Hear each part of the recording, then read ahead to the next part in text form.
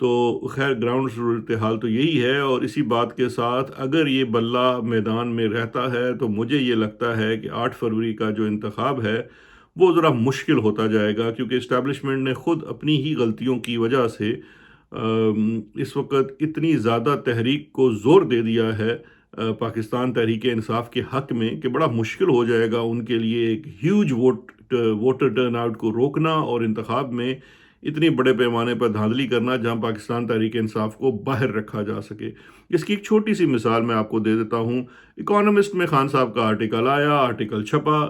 اچھا جی وہ آرٹیکل چھپا، 2 دن پڑھا جاتا، بات ختم ہو جاتی۔ جس طرح کا ریٹیلیشن، جس طرح کا ایکشن، جس طرح کے بیانات، جس طرح کی چیزیں داغی گئی اس آرٹیکل کے جواب میں حکومت کی جانب سے، کیئر ٹیکر گورنمنٹ کی جانب سے، اور جن کی ماں پر چھاپی گئی یا کی گئی وہ تو ہمیں سب پتہ ہے، اس نے اس آرٹیکل کو ایک الیکشن کیمپین کا حصہ بنا دیا، ایک عالمی کیمپین کا حصہ بنا دیا، کیونکہ پوری دنیا میں جہاں یہاں لندن بیٹھا ہوں، یہ پاکستانی حکومت کی کیئر ٹیکر نالائق وزیروں کی وجہ سے یہاں کے لوگوں کو بھی پتہ چل گیا جی کہ عمران خان صاحب پابند سلاسل ہیں، اور انہوں نے جیل سے تمام تر پابندیوں کے باوجود اکانومسٹ کی انویٹیشن کے اوپر ایک آرٹیکل لکھا، تو وہ ایک قسم کا ان کا الیکشن کیمپین کا آغاز ہو گیا، اور اس کے لیے ہم بہت شکر گزار ہیں اس وقت جو کیئر ٹیکر گورنمنٹ ہے اس کے، اور کیئر ٹیکر گورنمنٹ کے جو اصل مالکان ہیں، جو بیچارے بھائی لوگ جو ہیں نا ایف اے پاس بھی ہوتے ہیں بڑی مشکل سے، ان کے کہ جنہوں نے یہ ایک پلیٹ میں رکھ کے الیکشن کیمپین پاکستان تحریک انصاف کو اور عمران خان صاحب کو دی۔ تو یہ ہے جناب اس وقت ماحول۔ مجھے نہیں لگتا کہ اگر یہ بلہ میدان میں رہا تو الیکشن ہوگا، اگلے ہفتے میں آپ کو پتہ لگ جائے گا۔ اگر سپریم کورٹ بھی اس فیصلے پہ برقرار رہتی ہے جو پشاور ہائی کورٹ کا فیصلہ ہے، تو پھر مجھے الیکشن ہوتا بہت مشکل لگ رہا ہے۔ تو دیکھتے ہیں آگے کیا ہوتا ہے۔ برحال تحریک انصاف کے دوستوں کو مبارک ہو کہ بلہ میدان میں واپس آ گیا ہے۔ دوسری بڑی خبر تھی مظہر علی نقوی صاحب کے استعفے کی۔ دیکھیے ایک چیز میرا اس کے اوپر تبصرہ یہ ہے کہ ذہن میں رکھیے گا کہ یہ ایشو سپریم جوڈیشل کونسل میں نہ کرپشن کا تھا، نہ کسی جج کی ذات کا تھا، یہ کچھ بھی نہیں ہے۔ پاکستان کے اندر یہ چیزیں جب ہوتی ہیں اس کے پیچھے اصل محرک کچھ اور ہوتے ہیں۔ میں نہیں سمجھتا اور میں نہیں جانتا کہ مظہر علی نقوی صاحب ایک کرپٹ جج ہیں یا ایک صاف ستھرے جج ہیں، لیکن یہ سب لوگ جانتے ہیں کہ مظہر علی نقوی کے خلاف جو ریفرنس فائل کروایا گیا وہ آج کی اسٹیبلشمنٹ اور جوڈیشری جو اسپیشلی یہاں بیٹھی ہوئی ہے ان کی جو اس وقت سربراہ ہیں ان کی ماں پر فائل کروایا گیا، اور یہ ایک قسم کی جو جوڈیشل پولیٹکس ہے اور ججز کی، سپریم کورٹ کے ججز کی آپسی ایک لڑائی ہے، اس کی پاداش میں ہے۔ جس طرح سے قاضی فیض عیسیٰ کے ریفرنس کا کوئی میرٹ کے اوپر فیصلہ نہیں ہوا، اسی طرح اس کیس کا بھی میرٹ کے اوپر فیصلہ نہیں ہوا۔ اچھی بات یہ ہوتی کہ جو چیز میرٹ کے اوپر پیش کی جا رہی ہے، اگر کوئی بھی ایلیگیشن ہے، کیونکہ جب تک کوئی چیز پروف نہیں ہوتی، قاضی صاحب کے اوپر بھی جو ریفرنس ہے جب تک پروف نہیں ہوتا، اس کے اوپر میرٹ کے اوپر بحث نہ ہو جاتی، ان کی طرف سے جواب نہ آ جاتا، دوسری طرف سے پورا وہ چیز اپنا کیس یا اپنی جو ایلیگیشن تھی وہ پروف نہ ہوتی،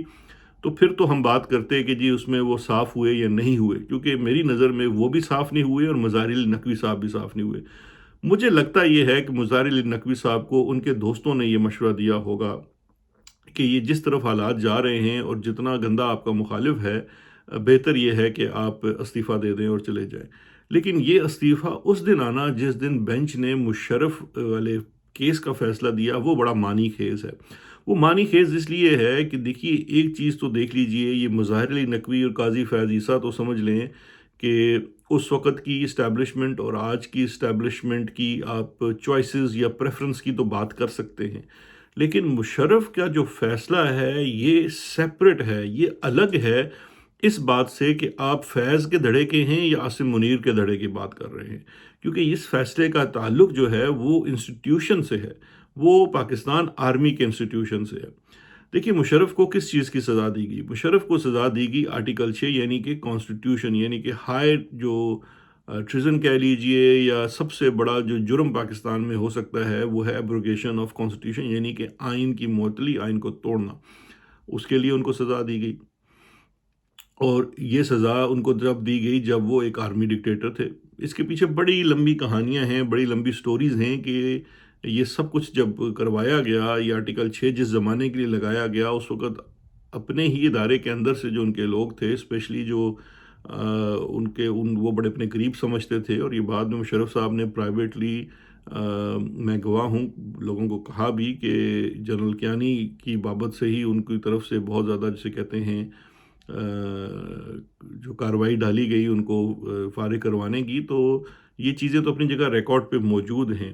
لیکن اس کے باوجود آرمی کے لیے ایک ادارے کے طور پر یہ ایک چیز جو ہے میری اپنا ذاتی مشاہدہ اور تجزیہ یہ ہے کہ یہ اتنی آسانی سے ہضم نہیں ہوگا. یہ ذہن میں رکھیے کہ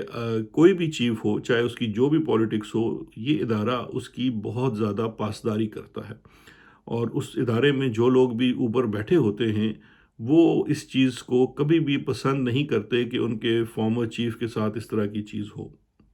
اس کی ایک مثال یہ ہے کہ جو میں نے قصہ آپ کو سنانا تھا وہ میں آپ کو سناتا ہوں کہ آپ کو یاد ہوگا کہ ایک پریس کانفرنس جب وقار سیٹھ صاحب والے ڈیسیژن آیا تھا، اور اس کے بعد پھر ہم کچھ حکومتی وزراء نے پریس کانفرنس بھی کی تھی، جس کی بعد میں پشاور ہائی کورٹ میں کنٹیمپٹ بھی فائل ہوئی، اور پھر وہ کنٹیمپٹ ختم بھی ہوئی، کیونکہ اس میں ہم نے جا کے باری باری، اس میں تھا، فروخ نسیم لاء منسٹر تھے، فواد چودھری تھے، شاید فردوس عاشق اوان بھی تھی، اور اٹارنی جنرل بھی شاید اس زمانے کے تھے. تو ہم لوگوں نے باری باری جا کے بعد میں اپولوجائز کیا پشاور ہائی کورٹ میں، اور افسوس کا اظہار کیا کہ جی وہ پریس کانفرنس میں کچھ الفاظ جو ادا ہوئے تھے، اگر اس سے توہین ہوئی ہے تو ہم معافی چاہتے ہیں، اور اس طرح وہ کیس ختم ہو گیا. لیکن اس پریس کانفرنس کرنے کے پیچھے ایک پورا بیک گراؤنڈ ہے، اور آج میں آپ کو پورا بیک گراؤنڈ سناتا ہوں. تو جناب، جس دن یہ فیصلہ آیا، دیکھیں پہلی تو بات یہ ہے کہ مشرف کے خلاف مقدمہ کیا نواز شریف نے، آرٹیکل 6 لگانے کا وہ چل رہا تھا، اس کا عمران خان یا اس کی حکومت سے کوئی خاص لینا دینا نہیں تھا، اور یقین جانیے نہ ہی ہمارا اس کے اندر کوئی انٹرسٹ تھا. ہاں، اس حد تک انٹرسٹ ضرور تھا، کچھ ذاتی سطح پہ بھی لوگوں کا ہو سکتا ہے، ویسے بھی ہو سکتا ہے کہ آپ آرٹیکل 6 یا ایبروگیشن آف کانسٹیٹیوشن یا آئین کی معطلی کے اوپر آپ کی رائے کیا ہے. میں اپنی ذاتی رائے بتا سکتا ہوں، مجھے باقی لوگوں کا پتہ نہیں ہے. میری اپنی ذاتی رائے یہ ہے کہ آف کورس اگر آئین کے اندر یہ لکھا ہوا ہے کہ آئین کی معطلی اور آئین کو توڑنا جو ہے وہ سب سے بڑا کرائم ہے، اور اس کے اوپر اس کی سزا اگر موت دی جانی ہے تو یہ دی جانی چاہیے، یہ ہونی چاہیے. اس کی سمپل سی وجہ یہ ہے کہ ہمارا ملک یہ جو تالے آزماں بیٹھے ہوئے ہیں وردی کے اندر، یہ بار بار ان کا شکار ہوتا ہے. تو اگر ایسی ایک مثال سیٹ کی جاتی تو یہ ہوتی، اور ٹائملی ہو تو بہت اچھی ہوگی. ابھی جو مشرف صاحب کے ساتھ ہوا ہے یہ کوئی ٹائملی نہیں ہے. آج میں سمجھتا ہوں اس واقعے کے اوپر سب سے اچھی جو کامنٹری یا کامنٹ میں نے پڑھی ابھی پچھلے 2 گھنٹوں کے اندر، وہ رؤف کلاسرا کی تھی. رؤف کلاسرا نے بڑی اچھی بات لکھی، اچھا تبصرہ کیا اس بات کے اوپر. انہوں نے کہا جی بات یہ ہے کہ یہ جو چیز ہے، یہ جو ہوئی ہے بات، یہ سب کے لیے سبق ہے. آج جو سپریم کورٹ سے ہوا ہے یہ سبق اس لیے ہے کہ جب مشرف اقتدار میں تھا، جب Musharraf chief of army staff تھا، جب مشرف صدر پاکستان تھا، مشرف ہر دل عزیز تھا، عوام بھی اس کو پسند کرتی تھی، بیوروکریٹس بھی اس کے گن گاتے تھے اور اس کی تعریفیں کرتے تھے. بڑے بڑے سیٹھ بزنس مین خواہش کرتے تھے کہ کبھی مشرف ہمارے گھر آئے، ہماری عزت بڑھے، اور اس کے پیچھے دم ہلا کے پھرتے تھے. آج بڑے بڑے جغادری سیاستدان، بڑے بڑے انڈسٹریلسٹ جو اس وقت جن کی دولت میں دن دگنی رات چگنی ترقی ہوئی ہے، ان سب کے پیچھے جسے کہتے ہیں کہ وہ مشرف کا وہ ٹچ شامل ہے. جس کو مشرف نے چھو لیا وہ ایک شوگر مل سے 10 شوگر ملوں کا مالک بن گیا. جو پہلے پلاٹوں کی دلالی کرتا تھا وہ ریئل اسٹیٹ تائکون بن گیا. اور مشرف کے اس ایک میجیکل ٹچ سے جو سیاستدان کونسلر بننے کے قابل نہیں تھا وہ وزیر اعظم پاکستان بھی بنے. تو یہ تو رؤف کلاسرا لکھتا ہے کہ یہ تو وہ احسانات ہیں جو مشرف نے نہ جانے کتنے لوگوں کے اوپر کیے. کچھ ایسے لوگ ہیں جنہوں نے اس کے لیے کوشش کی، ان کے اوپر یہ احسانات ہوئے، اور کچھ ایسے لوگ ہیں جن کی انہوں نے کوشش بھی نہیں کی اور ان کے اوپر بھی احسانات ہوئے. بہت سارے لوگ ہیں جنہوں نے اس گنگا میں جو نہائے اور بڑا کچھ کیا. آج مشرف کے مقدمے کی یا مشرف کے موقف کی پیروی کرنے والا کوئی نہیں ہے.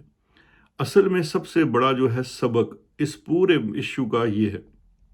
کہ آج جو اقتدار میں بیٹھا ہوا ہے، آج جو طاقت میں بیٹھا ہوا ہے، کل اس کو پوچھنے والا کوئی نہیں ہوگا جب اس کے اوپر برا وقت آئے گا. اور مشرف نے بڑی زیادتیاں بھی کی، بڑی وائلیشنز بھی کی۔ مشرف نے اسپیشلی وار آن ٹیرر کے اوپر جس طرح سے میں سمجھتا ہوں، اسپیشلی جو مسنگ پرسنز کا کیس ہے اور کچھ لوگوں کو اٹھا اٹھا کے امریکہ کے حوالے کیا، اور جس طرح آنکھیں بند کر کر امریکہ کی جنگ میں شامل ہو گئے، وہ ایک قابل مذمت بھی ہے اور ایک بہت غلط کام ہے۔ اصل تو اس چیز کی انکوائری ہونی چاہیے، انویسٹیگیشن ہونی چاہیے، لیکن بہرکیف اس کے ساتھ ساتھ مشرف کا بہت کنٹریبیوشن بھی تھا، اور اس نے لوگوں کی پرسنل زندگیوں میں بڑے کنٹریبیوشن کیے ہوئے ہیں، تو آج کوئی بھی اس کے پیچھے نہیں آیا ہے۔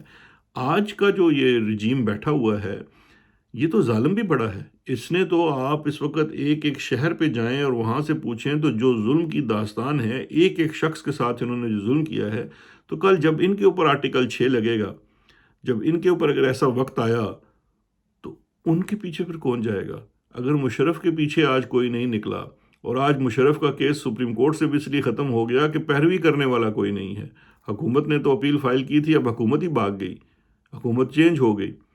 آج مشرف کا اپنا جی ایچ کیو، اپنی آرمی اس کے کیس کی پیروی کرنے کے لیے تیار نہیں ہے۔ تو جب آپ کے اوپر برا وقت آتا ہے اور حالات بدلتے ہیں تو پھر آپ کے پیچھے کوئی نہیں کھڑا ہوتا۔ اس لیے بہتر یہی ہے کہ اچھے اور قانونی اور آئینی کام کریں، غیر آئینی کام نہ کریں۔ یہ ایک سبق بھی ہے۔ اب میں آ جاتا ہوں اس قصے کی طرف۔ قصہ تو پیچھے چلا گیا۔ تو جناب، قصہ کچھ یوں ہے کہ جب ہم تھے حکومت میں اور یہ فیصلہ آیا، تو ایک اچانک ایمرجنسی میٹنگ کال کی گئی وزیر اعظم سیکریٹریٹ میں، اور اس ایمرجنسی میٹنگ میں سمجھے کہ پوری فوج ہی ادھر آ گئی تھی۔ آرمی چیف آ گئے، باجوہ صاحب آ گئے، ان کے ساتھ جنرل فیض تھے، D G I S I تھے، اور ان کے ساتھ کچھ دیگر اور بھی سینئر جنرلز تھے، جس میں سمجھیے کہ فوج کی ساری تقریباً ہائی کمان موجود تھی۔ بڑی ہائی پروفائل اور ارجنٹ ایمرجنسی میں بلائی گئی میٹنگ تھی، اور جو حکومت کی قانونی ٹیم کہہ لیں، ان کو بھی بلایا گیا، جس میں 5-6 لوگ تو جو یا وکیل تھے یا لا منسٹر تھے، اٹارنی جنرل تھے، میں تھا، مجھے اچھی طرح سے یاد ہے، اسد عمر تھے، وزیر دفاع تھے اپنے کیا کہتے ہیں پرویز خٹک صاحب، سینئر پولیٹکس لیڈر بھی تھے، شفقت محمود بھی مجھے یاد ہے، فواد چودھری بھی موجود تھے اس میٹنگ میں۔ خیر کیف، یہ کچھ لوگ تھے۔ یہ میٹنگ ہوئی اور اس وقت یہ بڑی ہی، جسے کہنا چاہیے کہ بڑی ایک عجیب و غریب میٹنگ تھی، جس میں جو فوج کی طرف سے یہ مطالبہ تھا کہ جی فوری طور پر ایک قانون کا نفاذ کر کے، وہ ایک آئیڈیا بنا کر لائے تھے کہ جو ایک آرڈیننس جاری کریں جس سے یہ جو فیصلہ آیا ہے یہ کالعدم قرار ہو جائے۔ ادروائز فوج کے اندر اس وقت بہت زیادہ غصہ پایا جاتا ہے۔ وہ کسی صورت بھی اپنی چیف کی یہ توہین برداشت نہیں کر سکتے، کیونکہ اس کے اندر کچھ فیصلے کے اندر وقار سیٹھ صاحب نے بھی کوئی عجیب و غریب باتیں لکھ دی تھی کہ جی لاش کو نکال کے 3 دن کے لیے لٹکایا جائے ڈی چوک کے اوپر، وغیرہ وغیرہ۔ تو یہ ساری چیزیں جو تھی، اس کے اوپر بہت زیادہ غصہ پایا جاتا تھا، اور یہ ایک ایسا پوائنٹ تھا جہاں پہ ہمیں لگ رہا تھا، اور مجھے وہ الفاظ یاد ہیں باجوہ صاحب کے جو انہوں نے فرمائے تھے کہ جی یہ بھی ہو سکتا ہے کہ اس وقت اتنا غصہ پایا جا رہا ہے کہ کوئی فوجی جوان جا کے کسی جج کو گولی نہ مار دے، تو یہ ایک بڑی ایک اچنبے کی بات ہو جائے گی، تو اس لیے فوری طور پہ حکومت جو ہے نا یہ آرڈیننس نافذ کر دے۔ تو خیر یہ جب بات ہوئی تو کافی زیادہ غصہ بھی تھا۔ خان صاحب جو پہ چیئر کر رہے تھے میٹنگ کو، اس پہ انہوں نے کہا جی ٹھیک ہے، دیکھیں مجھے تو نہیں پتہ یہ کیا کرنا ہے اس میں، بتائیے جی، وکیل بتائیں سارے جو بیٹھے ہوئے ہیں، اٹارنی جنرل کا کیا ویو ہے، لا منسٹر کا کیا ویو ہے، باقیوں کا کیا ویو ہے۔ مجھ سے بھی پوچھا گیا، تو میں نے تو بڑی، جسے کہتے ہیں نا جان کی امان پاتے ہوئے، وہ اتنے جب باوردی لوگ بیٹھے ہوں تو ویسے ہی بندے کی جان نکلتی ہے، ترا بھی نکلتا ہے، تو خیر وہ جتنی وہاں جان کی امان پاتے ہوئے، کیونکہ جس وجہ سے آج باہر بیٹھے ہوئے ہیں اور جس وجہ سے آج ریسیونگ اینڈ پہ ہیں، جائیدادیں بھی ضبط، فریز بھی ہو گئی، بھائی بھی اٹھایا، تشدد جو بھی سب کچھ، اس کی وجہ یہ ہے کہ مشورہ جب بھی مانگا گیا ہے تو امانت کے طور پر اس کو وہ مشورہ دیا ہے جو صحیح سمجھا ہے، اپنی عقل یا دانست کے مطابق یا اپنی حیثیت کے مطابق۔ تو وہاں پہ بھی میں نے جی جان کی امان پاتے ہوئے میں نے کہا جی پہلی بات یہ ہے کہ جو سیٹھ صاحب نے یہ چیزیں لکھی ہیں یہ بڑی بے حرمتی والی بات ہے، کسی بھی لاش کے ساتھ کرنا، وغیرہ وغیرہ وغیرہ۔ لیکن جناب اعلیٰ، میری عرض یہ ہے کہ یہ لا منسٹر بھی بیٹھے ہیں، اٹارنی جنرل بھی بیٹھے ہیں، بابر اعوان بھی شاید تھے یا نہیں تھے، مجھے یاد نہیں ہے، بڑے سینئر وکیل ہیں، میں تو ان کے سامنے کچھ بھی نہیں ہوں، لیکن مجھے ایک سمپل سی بات کا بتا دیں کہ آرڈیننس کے ساتھ کوئی کورٹ کا جو فیصلہ ہے وہ معطل نہیں ہو سکتا ہے۔ یہ ایک بڑی مذاکرہ خیز چیز ہوگی اگر ہم اس کو کرتے ہیں تو یہ بڑا وہ ہو جائے گا، اور یہ مطلب this will be legally incorrect, politically incorrect as well, بڑا ان وائز ہوگا کہ آپ ایک چیزوں کو جس طرح، یہ میں آپ کو پہلے مثال دے چکا ہوں کہ وہ ایک اکانومسٹ والے آرٹیکل نان ایشو کو ایشو بنا دیا، تو اگر ہم اس طرح کی حرکت کرتے تو وہ بھی ایک ایشو بن جاتا۔ ہاں، جہاں تک یہ بات ہے کہ مورال کی بات ہے، فوج کے لوگوں کے وہ سب چیزیں ہیں، تو اس کے اوپر میں سمجھتا ہوں حکومت وقت کی جانب سے ایک بڑا سیریس کنسرن شو کیا جانا چاہیے، جو ایک پریس کانفرنس میں سینئر لیڈرشپ جائے،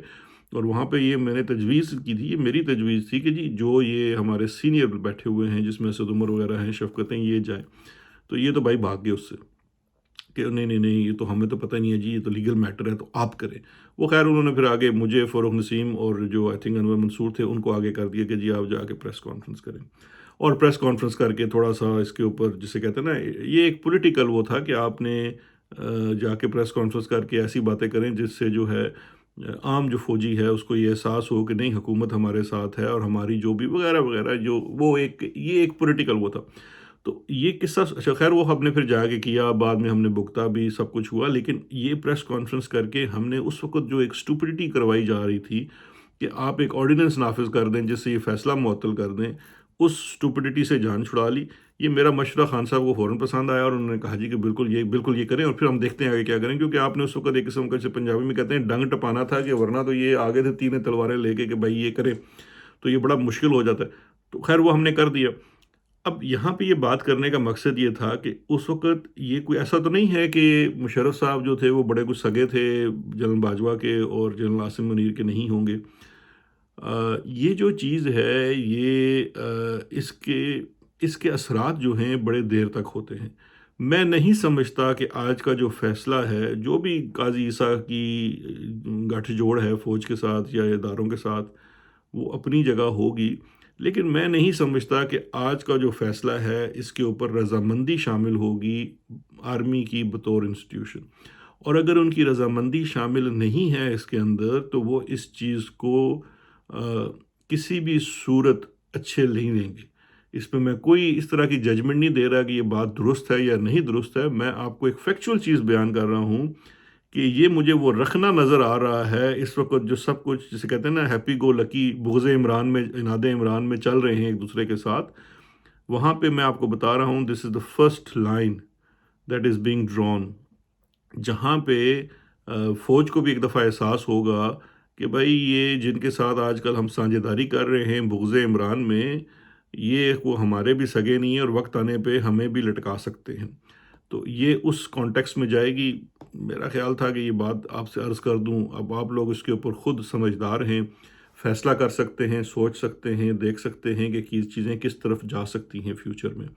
آخر میں ایک بات عرض کر دوں کہ میں نے ابھی تھوڑی دیر پہلے، ابھی اس کو کنفرم کرنا باقی ہے، لیکن میں نے ایک کامنٹ سنا ہے اسلام آباد ہائی کورٹ کے آنریبل جج ہیں محسن اختر کیانی صاحب کا۔ ان کا آج مسنگ پرسن کیس کے اندر ایک کامنٹ آیا ہے، جو اس کے بھی بڑے دور رس نتائج بھی ہیں، اور یہ بھی سوچنے اور سمجھنے والوں کے لیے ایک نشانی بھی ہے۔ انہوں نے آج فرمایا ہے کہ جی ایک وقت آئے گا جب انٹیلیجنس ایجنسیوں کے افسران پروسیکیوٹ ہوں گے، ایک وقت آئے گا جب انٹیلیجنس ایجنسیوں کے افسران پروسیکیوٹ ہوں گے۔ کون سے افسران پروسیکیوٹ ہوں گے؟ جو یہ enforced disappearances, missing person, illegal unconstitutional وارداتوں کے اندر ملوث ہیں۔ تو ایک دن آئے گا کہ جس دن یہ لوگ پروسیکیوٹ ہوں گے، ایسا کہنا ہے اسلام آباد ہائی کورٹ کے جج محسن اختر کیانی صاحب کا، اور وہ دن مجھے دور نظر نہیں آ رہا، کیونکہ جس طرح کا ظلم پچھلے 1-1.5 سال میں، اور اسپیشلی 9 مئی کے بعد کیا گیا ہے اس ملک کے اندر، اب وہ وقت آ گیا ہے کہ یہ جو پریکٹس جو پچھلے 40 سال سے کم از کم چل رہی ہے، اور حالیہ دور میں تو پوسٹ 9/11 آپ سمجھیں کہ اس کو 4 چاند لگ گئے ہیں، اس پریکٹس کو روکنے کا طریقہ یہی ہے کہ وہ انٹیلیجنس ایجنسیاں جن کے افسران چاہے وہ سول ہیں یا ملٹری کے ہیں، ان کو پروسیکیوٹ کیا جائے اس کام کے لیے کہ وہ یہ کام میں ملوث ہیں، پھر یہ چیز رکے گی۔ اگر مشرف کی سزا بحال ہو گئی ہے تو وہ وقت بھی دور نہیں ہے کہ یہ کام بھی ہوگا، تو اس کے لیے پھر وہ جو لوگ ملوث ہیں وہ آج سے اپنی جو ہیں صفیں درست کر لیں، کیونکہ یہ کام ہو سکتا ہے۔ اپنا بہت خیال رکھیے گا، ابھی انشاءاللہ بات ہوگی۔ شکریہ، خدا حافظ۔